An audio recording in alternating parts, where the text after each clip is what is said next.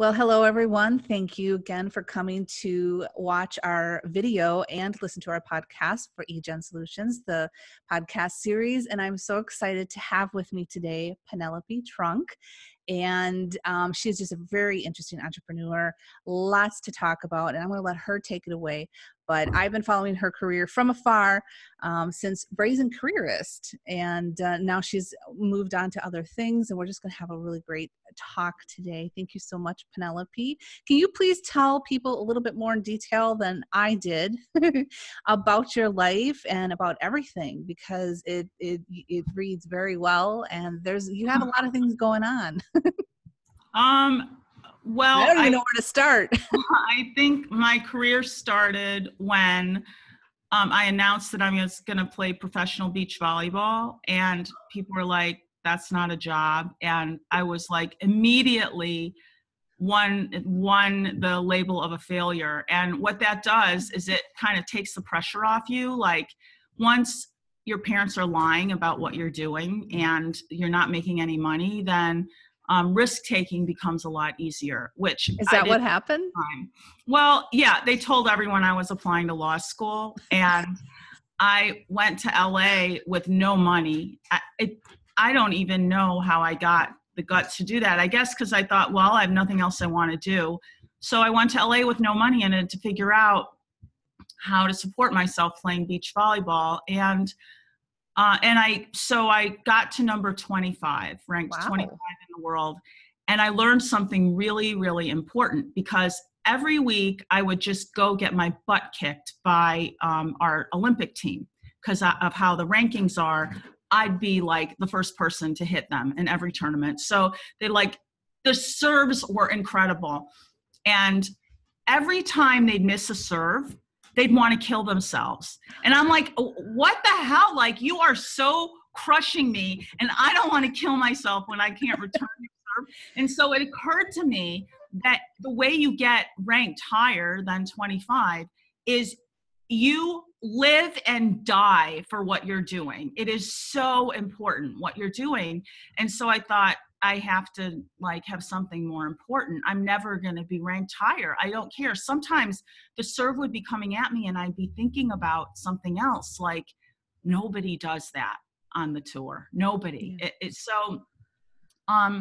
So I went to graduate school for writing, and all I learned in graduate school was that you can't make a living writing. And so you always hear. Yeah. And so, and also, at my particular graduate school, you couldn't really get anywhere without having the interest of one of the teachers.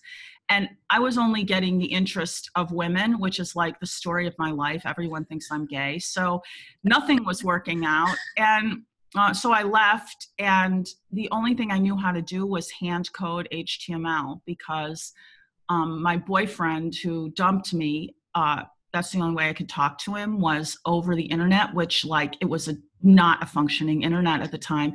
So the only job I could get was hand coding HTML, but it paid $80,000 a year, which to me was like, I was a millionaire. I literally thought I could raise a family on that money. I have so much money, I couldn't believe it. And so that ended really fast, that I thought that was a lot of money. And then I was kind of at the right place at the right time a lot. I launched the second ordering system on the internet in the whole entire world. And then I launched the first online thing that gets updated, software that can get updated online. So I didn't think of any of this. I'm not very technical at all, but I looked very technical. So people gave me money to do startups, and it turned out I was really good at that. So I did 3 startups, and I broke a lot of rules that you should never break. You cash out of one startup and invest it all in the other. Don't ever do that. Only girls do that, because men tell boys don't do that. That's bad. Really? So I did big girl mistakes like that. And then I relocated to New York to get married, and I was at the World Trade Center when it fell. And then everything was really stupid. after the World Trade Center. And what was really stupid is that my office was telling me that we should all still come in. I was like, you guys are total idiots, that we're not doing that.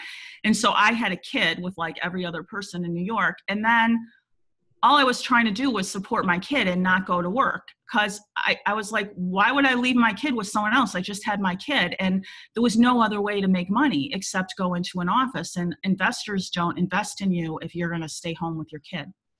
So that is the story of my life then, is me trying to figure out, how do women have kids and make money? And I've basically spent 20 years sifting through all the lies women tell each other. And I think my expertise is, I'm the world's biggest expert at hearing a woman say what she does and being able to pick out all the bullshit she's telling all the other women, so that she can think she's really great and the perfect mom and the perfect worker and so greater than everyone else. And then everyone else feels like shit. But actually, no women are taking care of their kids and working. It's just not happening.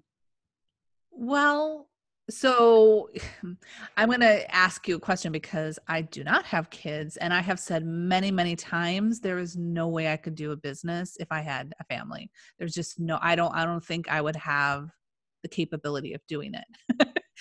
So, because I have friends and other entrepreneur, and they're always telling me I have to go to this, I have to go to that. I'm like, oh, I would lose my mind. So what would you say, what advice would you give to someone who is looking at that?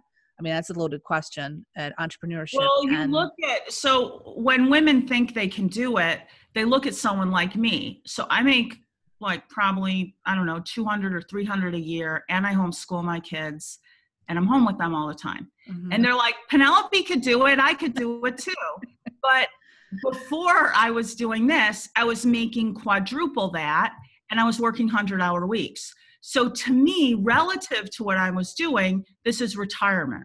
Right. So what women are able to do is, relative to what you did before you had kids, you can be in retirement. If that makes money, that's great. But whatever you're going to do, you're going to work maybe a fifth of what you used to work.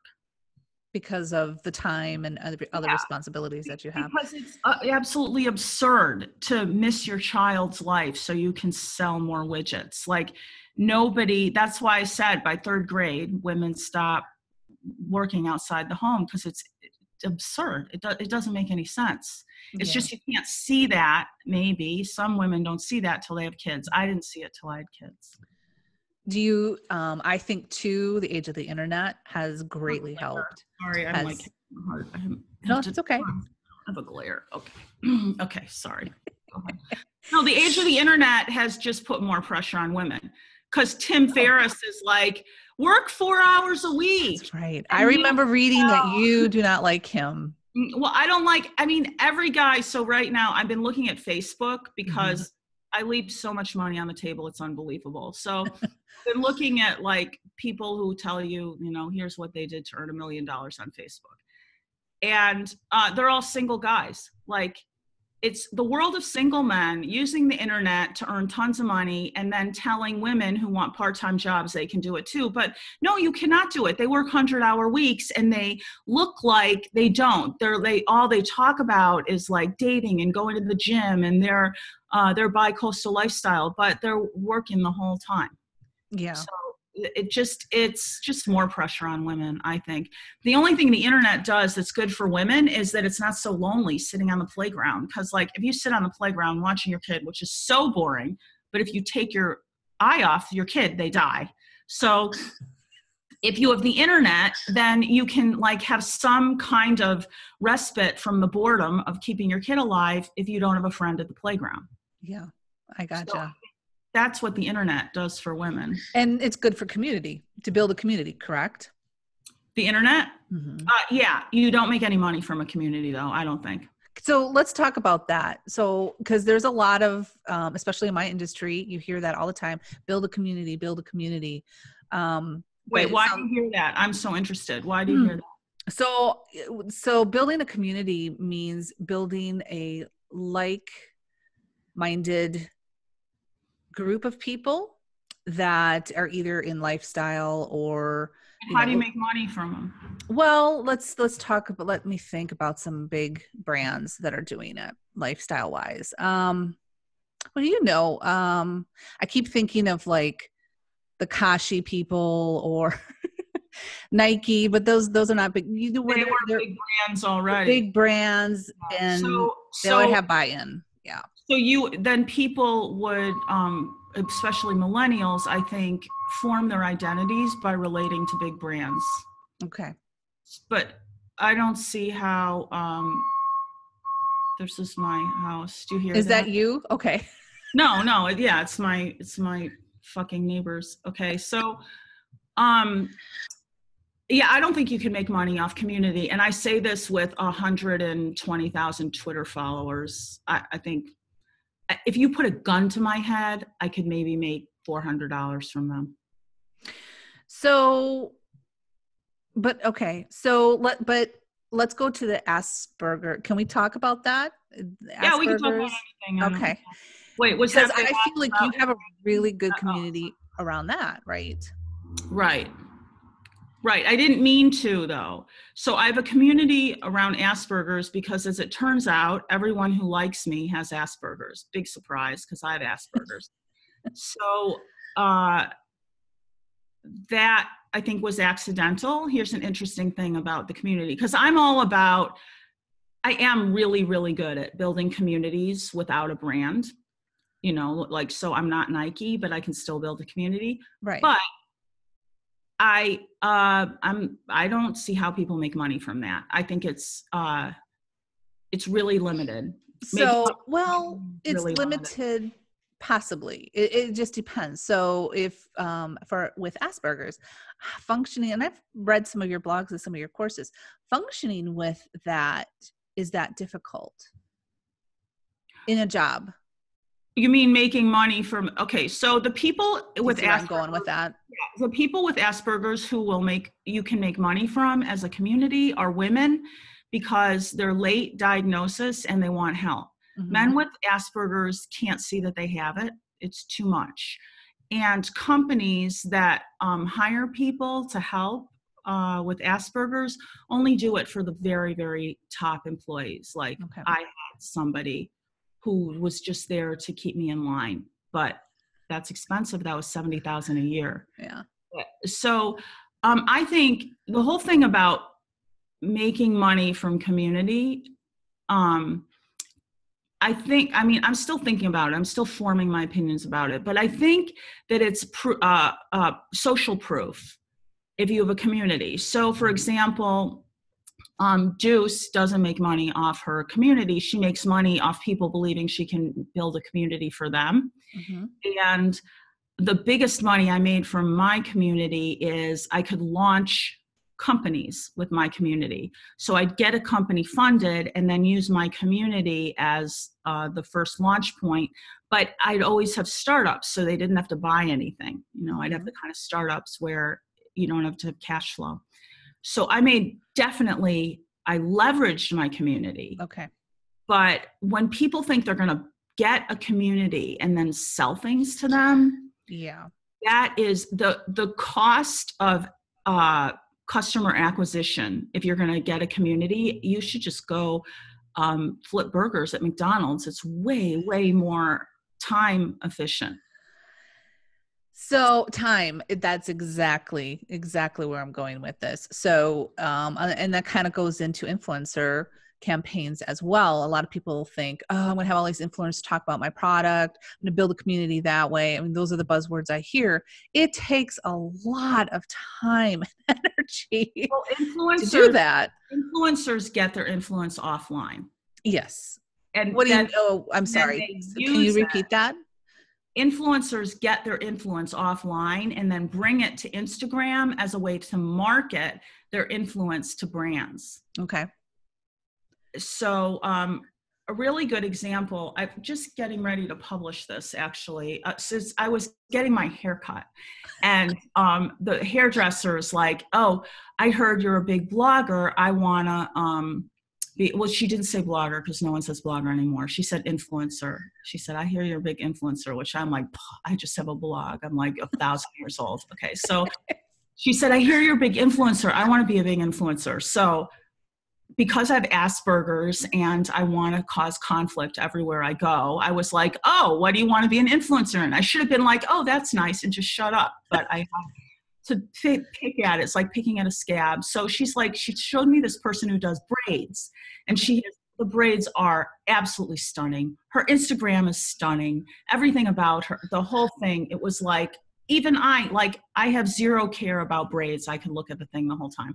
So, and so my haircut person was like, my hairdresser was like, I want to be known for braids too. Okay. So I was like, okay, there's no way in hell that she is going to, but I'm going to figure it out anyway. So during the time she was cutting and coloring my hair, I figured out that the way this person got good at braids is she knew that was her thing. So she'd go to cities all over the country and teach hairdressers how to do braids. And it was really cheap.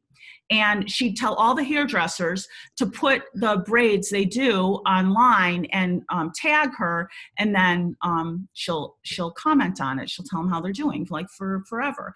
And so every client that they do that, and then the client would follow her because they'd be like, I learned this from her. And she traveled nonstop for 2 years. I'm probably living like a gypsy. Wait, is that not PC to say? Gypsy? I don't know. She Airbnb'd it. Yeah, they're way better. Okay. Yeah. I don't know. I mean, it's not a good life. And she's not a hairdresser, right? Then she's a hairdresser trainer. And all she does is tell people to talk about her and braids, right? She's basically selling herself. Mm-hmm. Nobody wants to do that. Everybody is like, I just love hairdressing. I just want to be known for braids and have like Paul Mitchell sponsor me, whatever. Oh yeah. I see what you're saying. I want to travel all around the country and have to convince people to go to my class and then tell people to talk about me. And then I'll have an Instagram. So she didn't even talk about her Instagram until 2 years later, after she traveled the whole country for 2 years. Right. And had this whole like scheme. It's brilliant. Everyone should do it. Of everybody she trains telling their people that they work with to go look at her Instagram. Yes. But so she did it very smartly. But again, she worked. It wasn't like and I was in my salon and right. Yeah, right. And so she didn't do it online. Right. I don't think you get Instagram followers by, I don't even know what you do online. Well, there used to be bots. There used to be a lot of things. And actually, if you do engage organically, you will, it's a long process. It's not geometric. So the people who are big are not engaging organically because that's not geometric. You have to be geometric. Yeah.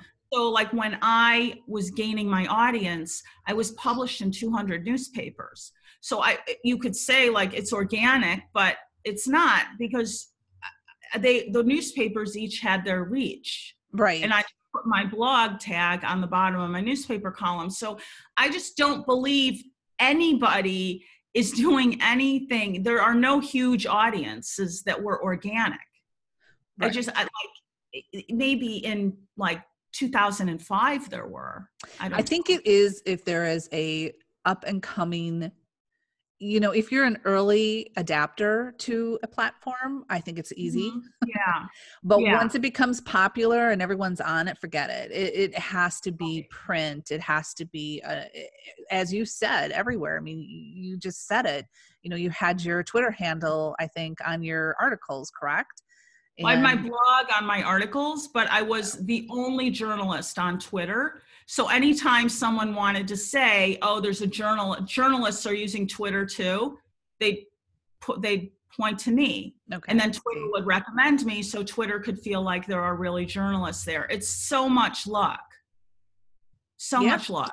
No, I agree. And I've been on Twitter for a really long time, and I have a following. And I remember one day I got 2,000 people, and it was because Twitter put me on the front page one day. I know it was just some people It was starting way back in the early days, and like 2,000 people followed me. But yeah, exactly. And again, early adoption of a And also platform. geometric because you're using somebody else's influence to get Right. your growth. And Right. so that's why I'm so interested in Facebook, because I don't think you need a community to do well on Facebook, which is why men do better than women. I mean, women are all about, I want to build a community and make money from a community, and men are about, I want to have a 4-hour week and make a lot of money. Yeah. And so, but is it fair to say I don't think Tim Ferriss does a 4-hour work week? Because I follow him and that guy is working all the time. Oh yeah, totally. He's working all the time. But the people who love him think that if they follow him closely enough, they'll be working 4 hours. Yeah. I think. Well, he does have some really good hacks and tricks and ideas, and I should say tricks, but efficient ideas. But so we've had a lot of fun here, but I'm wondering, I'm going to show everyone so for everyone that's watching, we're going to head over to Penelope's blog. This is your blog. How long have you been blogging? For 20 years. Yeah. Oh my goodness. Yeah. It's crazy. There's 20 years worth of content. Yeah. So my blog was such a mess.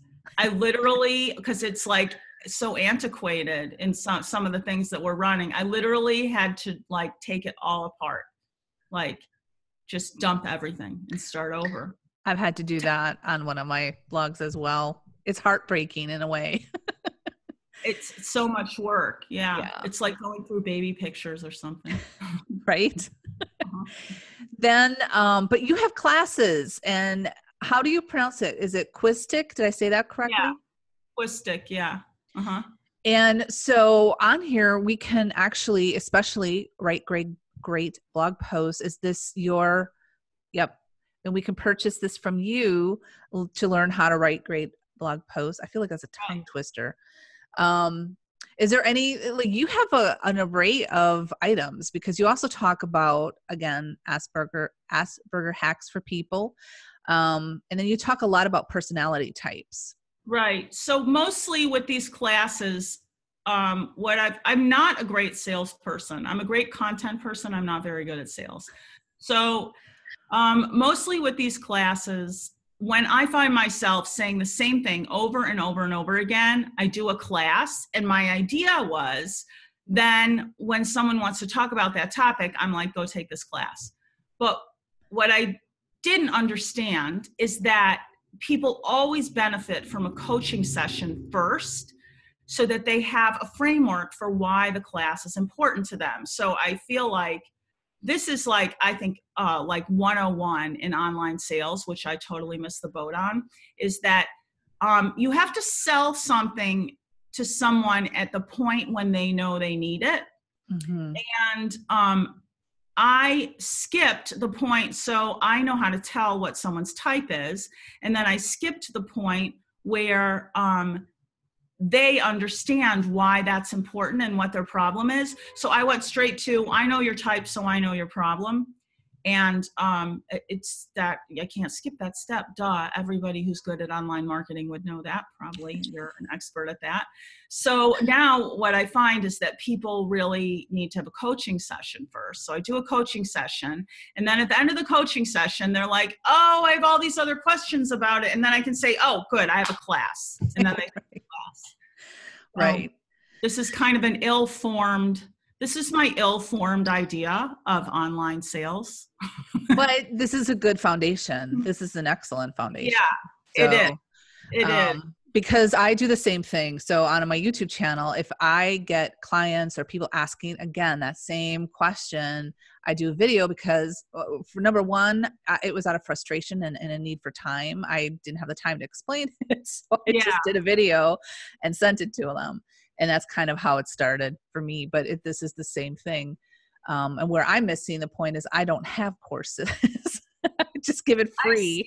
I see that so much, that like someone is either good at selling or good at developing the courses. I see that over and over again. And I think before I could see that, I had to see how bad I was at selling.